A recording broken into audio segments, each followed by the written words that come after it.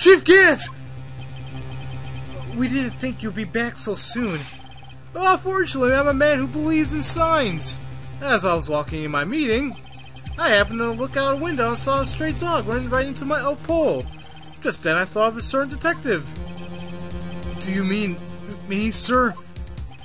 Now then, I'm afraid I'm going to have to ask you all to leave. Yes, sir. Sorry. Oh, you in the coat? Me, sir? Drop off your ID on the way out. You won't be needing it anymore. But, sir... Oh. Now get out! Yes, sir! We'll be on our way too, then. Oh, wait. You, the one with the spiky hair. Without the spiky hair. Don't go yet.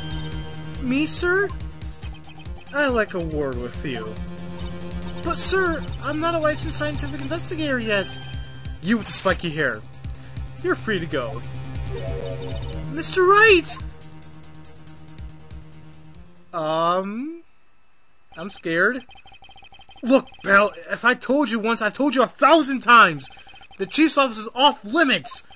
But no, you just had to go sneaking in there like that, didn't you? I thought you said you didn't care anymore if you were fired. Yeah, but if I knew it'd be like this, I never would have said it. Now that I've seen the evidence Chief Gant was hiding his evidence, I think I'm finally starting to get the picture. It's hard to believe anyone could keep quiet about it all this time. Anyway, you're listening to me? I'm gonna try to smooth things over with the Chief again. Later, pal. I don't think that's gonna work, but hey, whatever. After that, I heard from Emma. She said the police wanted to ask her some questions, and so she'll be busy for the rest of the day. Oh, great. What the hell happened? I see. So the Chief asked Emma to come in for questioning. It's no use thinking about it. Tomorrow's the final day in court. I'm committed to doing everything I can to defend you, which is why I'm here. But I've already told you all I can. What you've told me over these past couple days is absolutely nothing. Not a single useful thing. Really? I believe I did mention something quite important. Something I told you right at the beginning. I said that I was the one who stabbed Detective Goodman. You know, I think I've finally figured it out. Who it is you're hiding behind those words. Mia did a good job mentoring you. I'm rather jealous. It seems Edgeworth was right. Edgeworth? Once you've convinced you know something, no one can persuade you otherwise. Thick-headed is the term he used, I believe. And now's my chance to get her to tell me the rest of the story. So I could end this video now because it's going over like the limit I like to go by. However, I'm just gonna keep this going until this part is continued on. So this might go on for like another little while. So let's talk about keeping quiet. I have to admit I was more than a little perplexed at first.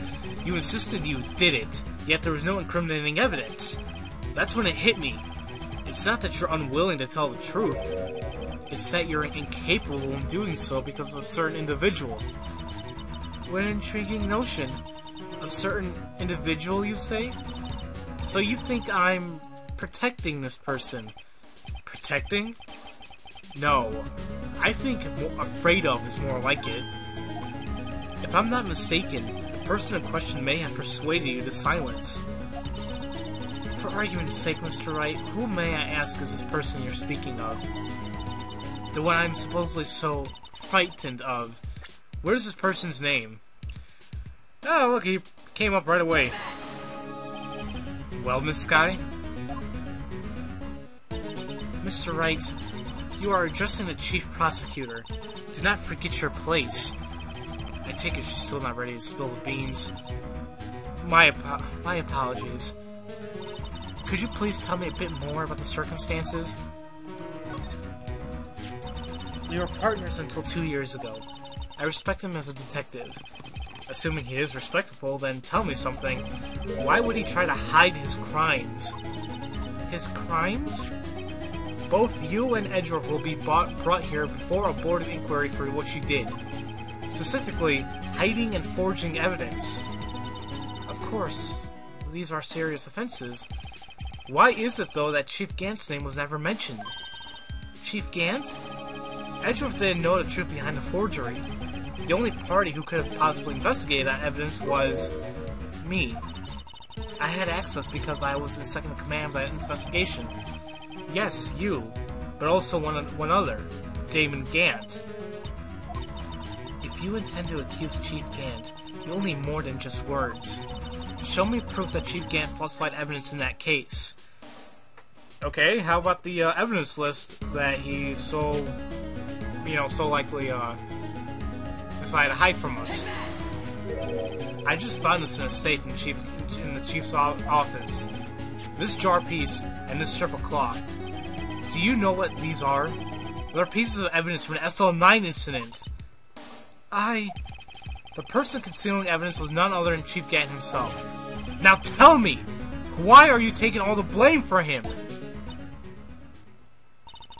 Touché, Mr. Wright. It's as you surmised. I cannot disobey the Chief's order. Even if it means being found guilty for murder. Why not? Come now, Mr. Wright. You can't possibly expect me to be able to tell you that. 3 days ago, I had no choice but to cooperate. And murder Detective Goodman. Or perhaps I should say, follow orders. Yes, that's more accurate than cooperate. What? Although I can't tell you the details, I can say that I was given an order that day. I need you to dispose of Bruce Goodman's body. You'll find it inside the trunk of Milo Edgeworth's car. What? Just as I suspected. Sorry guys, I had a dog want to get on the bed. Despite what everyone believes, you were not the one who murdered Detective Goodman. Correct. I was trying to take the body out of Edgeworth's car. The trunk was broken. I discovered the murder weapon while inspecting the body. The murder weapon? You mean Edgeworth's knife? No. When I found the body, this was the knife stuck in it. The knife from the SL9 incident. Serial killer Joe Dark's knife. I couldn't just leave that knife in him, so I took it out and stabbed him with another knife. That would be Edgeworth's knife. That's right. Even though he was already dead, my hands were shaking at the thought of stabbing him. That's why I ended up cutting my hand. And that's the reason for the bandage on your right hand? Yes. It seems I got blood on the victim's shoes as well. And then she saw me just as I plunged the knife in. Miss Starr. Why did you need to hide Dark's knife so badly? It took a lot of work to finally close the Dark case 2 years ago. It was over with. I didn't ever want it to be opened again. My intent was to prevent that, but by whatever means that's possible. So, you hid Dark's knife. The weapon used to stab the detective was evidence in the Dark case. If word got out, which it would, the reporters would have a field day with that. So you wrapped the knife in a scarf and hid it in Edgeworth's exhaust pipe. Right. Then I called my sister to tell her what happened and to ask her to hide the knife that was inside my muffler. You asked Emma? I didn't want anyone on the force to know about this. That would explain why Emma is so confident about Lana's innocence. Speaking of phone calls, I had a bad feeling about one of them that day. A bad feeling? The truth is, after I received those orders from Chief Gant, the first thing I did was make a phone call. A phone call to Patrolman Jake Marshall. Aw, not you, dog. Hold on, guys. Be right back.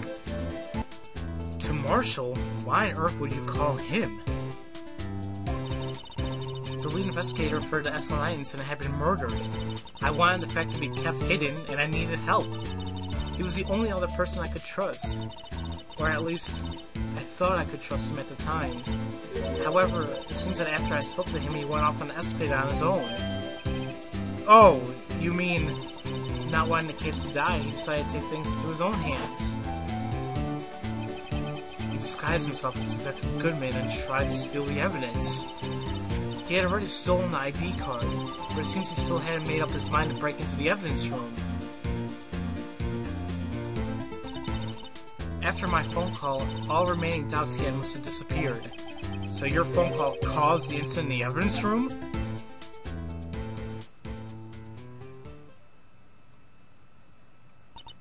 I'm afraid that's all I can tell you.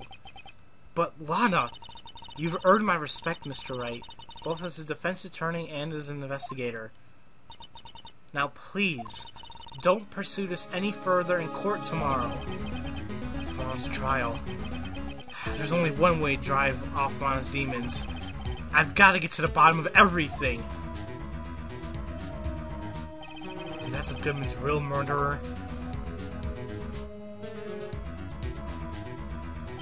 And what went down in the chief's office 2 years ago.